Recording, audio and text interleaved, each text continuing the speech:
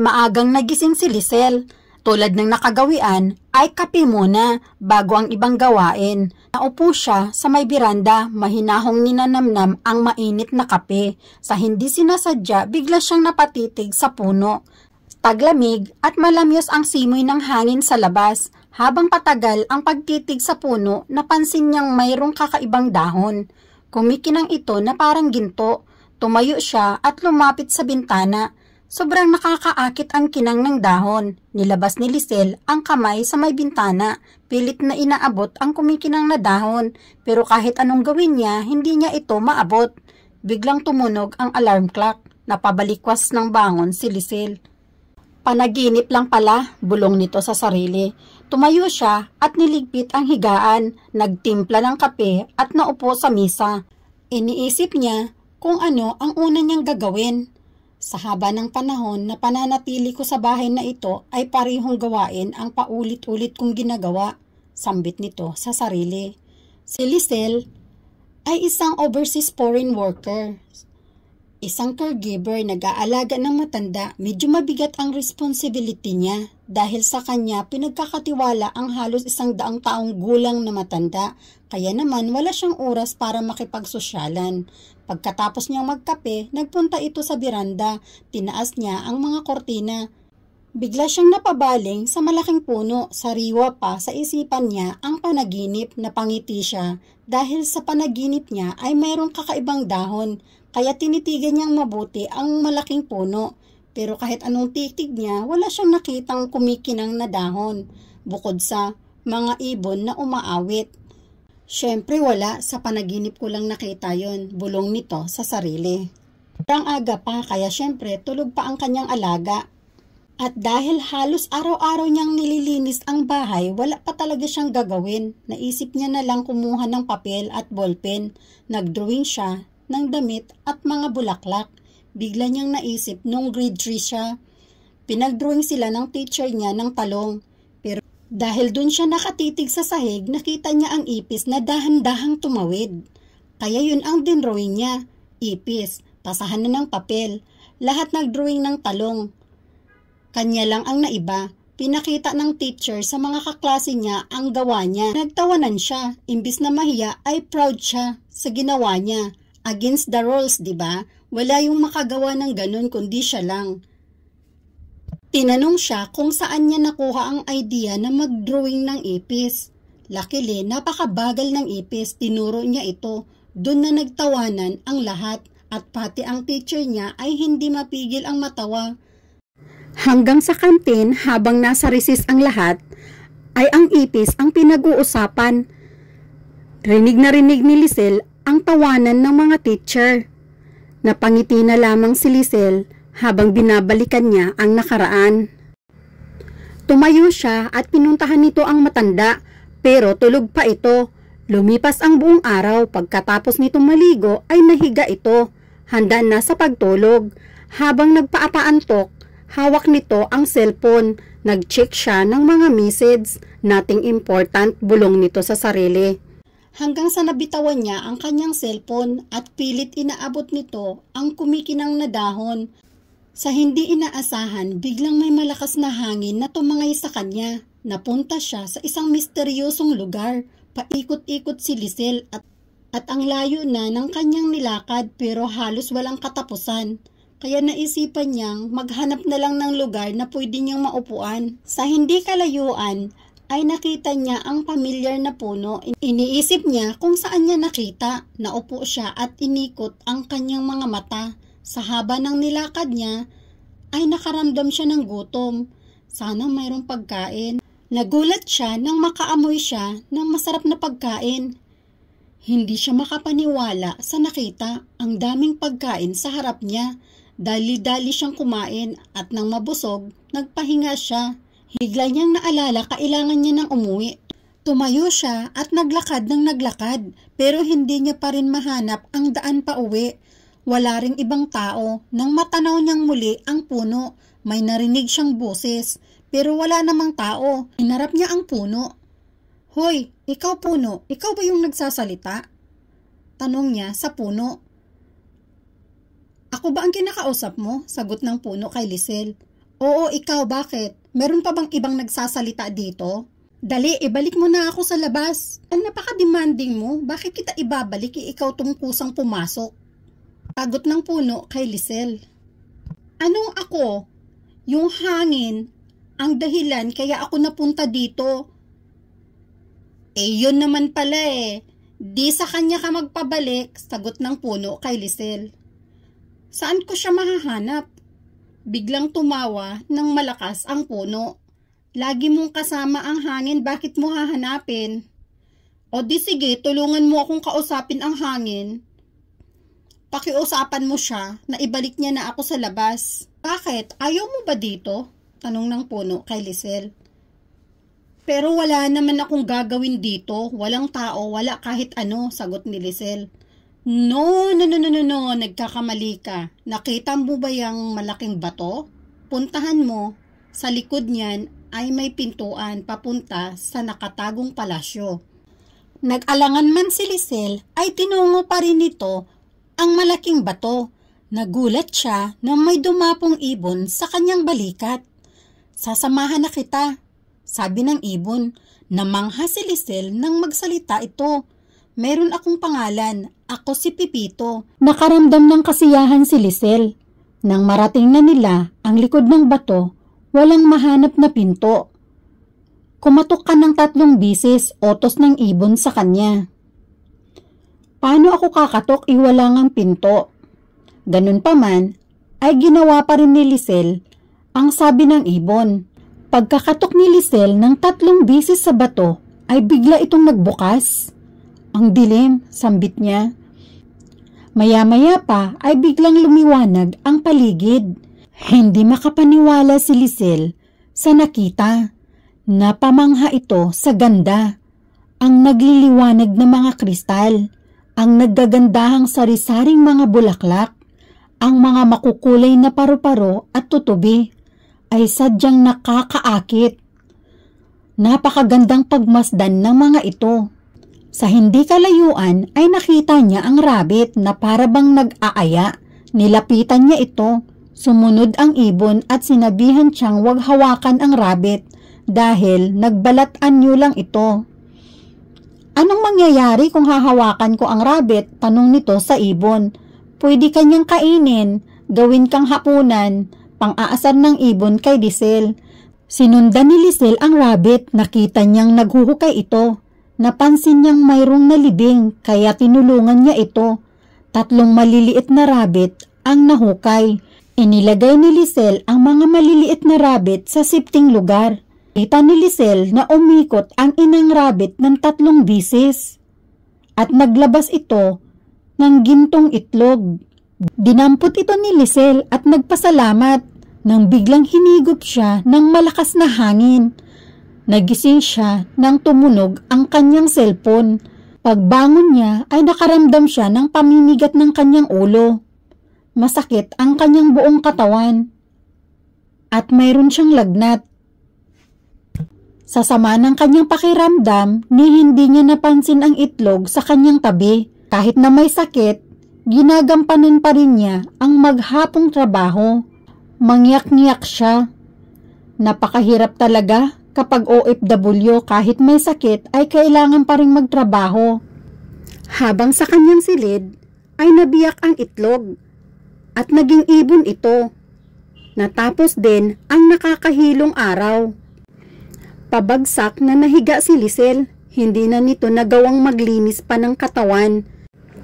Naramdaman nitong may tumutuka sa kanyang balikat. Napabalikwas si Lisel ng bangon. May narinig siyang maliit na boses. Aray! Sigaw nito. Napasigaw ito dahil naipit ang pakpak niya. Huwag mo akong ipitin. Tumayo si Lisel. Paanong nakapasok ang ibon dito lahat sarado? Bulong nito sa sarili. Dinala mo ako dito. Ikaw maliit na ibon ka, paano mo nasabing dinala kita dito? Hindi ko naalalang dinala kita. Magpasalamat ka na lang kaya dahil pinagaling kaya kita. Biglang naalala ni Lisel, may sakit nga pala siya. Pero bigla na lang siyang gumaling. Kung talagang ikaw ang nagpagaling sa akin, maraming salamat. Walang anuman, mahal na prinsesa, napahalakhak ng tawa si Lisel. Ba marunong mang-asar ang ibon? Maya-maya pa ay mayroong nag-doorbell. Ang babaeng plastic, huwag kang makipagkaibigan sa kanya. At huwag mo sabihin ang mga sekreto mo kasi tuwing may sinasabi ka at pinapakita sa kanya, iniisip niya niyayabangan mo siya. Talaga, yan ang iniisip niya? Kaibigan ang turing ko sa kanya. Paano yan ang iniisip niya? Mayabang pala ang tingin niya sa akin, ganon? Oo, ganon niya nga, mayabang ang tingin niya sa'yo. Huwag ka nang magsabi sa kanya ng mga sekreto mo. Ipokrita pala siya sa dinami-dami ng mga kakilala ko at naging kaibigan ko. Akala ko siya yung pinaka-the best. Inggitira pala siya, ganon. Oo, kaya huwag ka na nga magsabi sa kanya ng kahit ano, lalo na yung mga sekreto mo. Sagot sa kanya ng ibon. Siya, salamat sa paalala, may munting ibon. Kailangan ko nang pagbuksan ang ipokritang babae. Hindi na binigyang pansin ni Lisel ang babaeng akala niya ay kaibigan. Bagamat dumadaan pa rin ito sa kanya, pero hindi na siya nag-o-offer ng kung ano-ano dito at hindi na rin nagkukwento. Bruha at ipokrita niya ang tingin niya dito. Isang umagang maulan. Naupo si Lisel sa beranda habang nagkakape. Ang ibon ay masayang nagpaikot-ikot. Gusto mo bang lumabas? Tanong nito sa ibon. Dito lang ako, ayokong mabasa ang ginto kung pakpak ano. Natawa si Lisel. Aba, bakit? Pik ba yung pakpak mo? Tubog lang siguro yan ano. Mas lumakas pa ang tawa ni Lisel. Huminto ang ibon sa paglipad at dumapo ito sa kanyang balikat. Lisel, bakit hindi ikaw ang lumabas? Hindi ka ba naiinip dito? Biglang napaisip si Lisel. Wala naman siyang di-op. Okay lang ako, di bale. Lalabas tayo pag maganda ang panahon. Punta tayo sa may dagat or sama ka sa akin sa supermarket. Marami tayong pwedeng puntahan. Bagamat walang regular na di-op si Lisel, ay nakakalabas ito sa kahit anong oras niyang inaisin. Lumipas ang maraming buwan at taon. Dumating na nga ang araw na kailangan niya nang umuwi sa kanyang bansa. Kailangan ko nang umuwi sa sarili kong bansa, gusto kitang isama. Sasama ka ba? Tanong ni Lisel sa ibon. Kung mahulaan mo ang pangalan ko, ay kailangan mo akong isama. Pero kung hindi mo mahulaan, ay kailangan mo kong iwan. Yun lang? Tanong ni Lisel sa ibon. Oo, yun lang, sagot ng ibon sa kanya. Ang pangalan mo ay Pipito. Magkasama tayong pumasok sa pintong bato. Nagulat ang ibon kung paano nalaman ni Lisel. Ang hindi alam ng ibon ay nakalimutan ni Lisel ang tungkol sa itlog. Kaya buong panahon na magkasama sila, ay alam ni Lisel na siya si Pipito. Biglang nagdiwanag ang paligid at naging gintong itlog muli ang ibon. Namangha si Lisel. Tinawag niya si Pipito at naging ibong muli ang itlog. Kung gusto mo akong isama, kailangan maging itlog muli ako. Binigkas muli ni Lisel ang pangalan nito, Pipito. At naging itlog muli ito. Isinilid ni Lisel ang itlog sa kanyang bulsa. Naging matiwasay ang kanilang paglalakbay. Magkahalong kaba at saya ang naramdaman ni Lisel. Pagdating ni Lisel sa lumang bahay, namanan niya sa kanyang mga lolo at lola. Bigla siyang nakaramdam ng lungkot. Puno ng mga damo ang paligid at sira-sira na ang bubong. Pagod man sa biyahe ay kailangan niyang maglinis. Dahil maaga pa naman, nagpunta siya sa dating kakilala. Nagulat si Aling Nada nang makita si Lisel. O Lisel, kailan ka pa dumating? Tanong nito. Ngayon lang ho. Aling Nada, baka ho mayroon kayong kakilala na pwede hong makatulong sa akin sa paglinis at pati ho magdadamo kasi sobra pong taas na mga damo sa bakuran. Aba mayroon, pero pumasok ka muna at magkape. Naku ho, hindi na ho. Marami pa ho akong gagawin tsaka kailangan ko pa hong pumunta sa supermarket para bumili ng mga panglinis. Ay ganun ba? Di sige, papupuntahin ko na lang sa bahay mo ang makukuha kong mga tauhan ano. Naku ho, Aling Nada, maraming salamat ho. Sige ho, magpaalam na ho ako at magkikita na lang ho tayo mamaya. Natapos rin si Lisel sa pamimili. Pagdating niya sa bahay ay nadatnan niya ang dalawang lalaki na nagtatabas sa paligid. Pumasok siya sa bahay, naglagay ng tubig sa pitsil at dinala sa labas. Nilapitan nito ang lalaki, masyado pong makapal ang damo ano ho. Oo Matapos nyo kaya ho ngayong araw na ito? Napaisip ang lalaki, napansin ito ni Lisel. Pakyawin nyo na lang ho. Pwede ho kayong kumuha ng makasama. Gusto ko ho kasi matapos kaagad eh. Ganun ba ining? Sige ay tatawag ako sa aking kakilala at papupuntahin ko dito para may makatulong ako. Sige ho, maraming salamat ho. Asawa ko rin nga ang kinuha ni Aling Nada para tumulong sa'yo sa paglinis sa loob ng bahay. Ganun ho ba? Salamat ho. Baka ho pwede na rin magsama ng isa pa. Ang dami ho kasing linisin ang dami hong gagawin, sagot ni Lisel. Natapos rin ang nakakapagod na maghapon, sa wakas malinis na ang kanyang bahay, loob at labas. Nagluto siya ng noodles, napangiti siya, naisip niya nung nasa ibang bansa siya, ang noodles ay pangtawid gutom. Ngayong nandito na siya sa Pilipinas, ang noodles ay pagkain.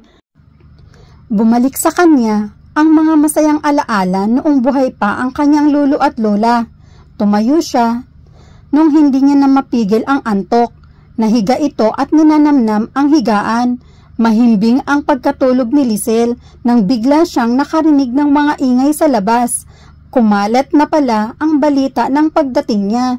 Dahan-dahan siyang bumangon at nagbukas ng pinto. Nakita niya ang mga dating kaibigan na si Cherry, Rowena, Nailin at Michelle. Sila ang mga kababata niya. May mga dala ito. Nagunahan sa pagpasok sa loob ng bahay. Tulad ng dati, mas nauna pang kumain sa dala nila ang mga ito. Lisel, halika na, yaya nila. Dali, magdala ka na ng tasa. Puno ng kape ang dala kong termo pag mamalaki nito. Lumapit si Lisel at naupo ito katabi ni Cherry. Antok pa ako, kayo na ang kumuha ng tasa. Hindi pa rin kayo nagbabago. Hindi man lang ninyo ako tinanong kung okay lang ba ako. Nagtawanan ang kanyang mga kaibigan. Ano ka ba? Kausap ka lang namin kahapon sa group. Kami dapat ang magtampo dahil hindi mo sinabi na ngayon ka pala darating. Diba girls? Nagtawanan ang lahat. Tumayo si Nailin at kumuha ito ng tasa. Habang kumukuha ng tasa ay napansin niya ang 4 na box na nakatabi. Sure yan ang pasalubong niya sa amin, bulong nito sa sarili. Bumalik ito sa misa. Masayang nagkwentuhan ang magkaibigan. Pagkatapos mag-almusal ay isa-isa na itong nagpaalam. Babalik kami mamayang gabi ha, magiinuman tayo. Sagot ni Lisel, sige ba, antayin ko kayo ha. O ano, kaninong sagot? Syempre, dapat si Lisel ang magpainom. Diba girls? Nagtawanan ang lahat. Maya-maya pa ay tumayo na si Lisel. Kinuha niya ang 4 na box at inabot ito sa kanyang mga kaibigan. O paano girls? Balik kayo mamayang gabi ha? Syempre sagot ko. Nagpaalam na ang mga ito. Maya-maya pa ay natahimik na ang buong kabahayan. Habang nagliligpit, biglang napatingin si Lisel sa malaking puno sa kanyang bakuran. Naalala niya ang matandang puno, kupyang-kupya ito sa puno sa ibang bansa. Bakit hindi ko napansin iyon? Nang bigla niyang maalala ang itlog, naku, saan ko na ilagay? Dali-dali siyang nagpunta sa kanyang silid. Nang hindi niya ito mahanap, ay tinawag niya ang ibon sa pangalan nito. Biglang nagliwanag ang kanyang silid at biglang lumipad ang ibon. Dumapo ito sa kanyang balikat. Hi! Salamat! Nakalaya rin muli! Sabi ng ibon. Baba sila sa silid at tinuro ni Lisel ang malaking puno. Alam kong mayroon kang puno dito. Dahil dito ako galing. Sambit ng ibon. Paanong dito ka galing? Sa ibang bansa ka galing. Ano ka ba naman? Kasama mo ako simula pa nung umalis ka dito. Hindi makapaniwala si Lisel sa narinig. Dali-daling nagpunta si Lisel sa malaking puno At nagpasalamat ito dahil binigyan siya ng isang mabuting kaibigan, nag-aalaga sa kanya tuwing may sakit siya, nagpapalakas ng loob tuwing pinanghihinaan. Maraming salamat sa iyo, kaibigan kong ibon, dahil sa iyo nakayanan kong lahat na pagsubok sa ibang bansa. Napakaswerte ko dahil lagi kitang kasama. Naku, huwag ka na magpasalamat, ikinagdadala kong paglilingkuran ka. Sana magustuhan mo dito. Siya nga pala, mag-iingat ka at huwag kang magpakita sa mga tao. Masayang nagpaikot-ikot ang ibon sa puno. Maya-maya pa ay nagdatingan na nga ang magugulo nitong mga kaibigan, kasama ang mga asawa nito. 10 taon ang lumipas mula nang nag-ibang bansa si Lisel. Siyempre, lahat na kaibigan niya ay mayroon ng mga pamilya. Habang nagiinuman ay tahimik ang isang lalaki na sinama ng kaibigan niya. Siya si Richard. Si Richard ay matalik na kaibigan ng asawa ni Cherry. Sadya nila itong isinama para ipakilala kay Lisel. Si Lisel ay palihim na tinitingnan si Richard. Ang pogi niya, ang gwapo naman niya, pabulong ni Lisel, at ang pagkakaalam niya ay maganda ang trabaho nito at sumasahod ito ng malaki. Ganon din si Richard, panay tingin kay Lisel. Napansin iyon ng lahat. Nagkatinginan sila at nagtawanan. Lumipas ang mga oras, nagkalasingan na ang lahat. Kanya-kanya itong tayo at nagsiuwian na. Si Richard lang yata ang hindi lasing dahil juice lang ang ininom nito. Tumayo na rin si Richard at aalis na rin sana, nang mapansin niyang walang nagligpit ng mga kalat. Si Lisel, na lasing ay pagaywang-gaywang itong tumayo. Inalalayan ito ni Richard para makahiga ng maayos sa kanyang silid. Pagkatapos niyang ayusin si Lisel, ay lumabas ito at iniligpit ang mga kalat. Nang masigurado niyang okay na ang lahat, chinik niyang muli si Lisel. Nakatulog ito ng mahimbing. Maingat itong lumabas, sinigurado nitong nakalak ang bawat pinto at bintana. Pinindot nito ang lock sa main door para ma-sure niya na paglabas niya ay walang ibang makapasok. Buwan at taon ang lumipas. Si Lisel at Richard ay kinasal. Nagkaroon sila ng 3 anak at ang kaibigan ni Lisel na ibon ay tinago niya sa loob ng matandang puno. Kung kailan ito magigising muli ay ang panahon lamang ang makapagsabi.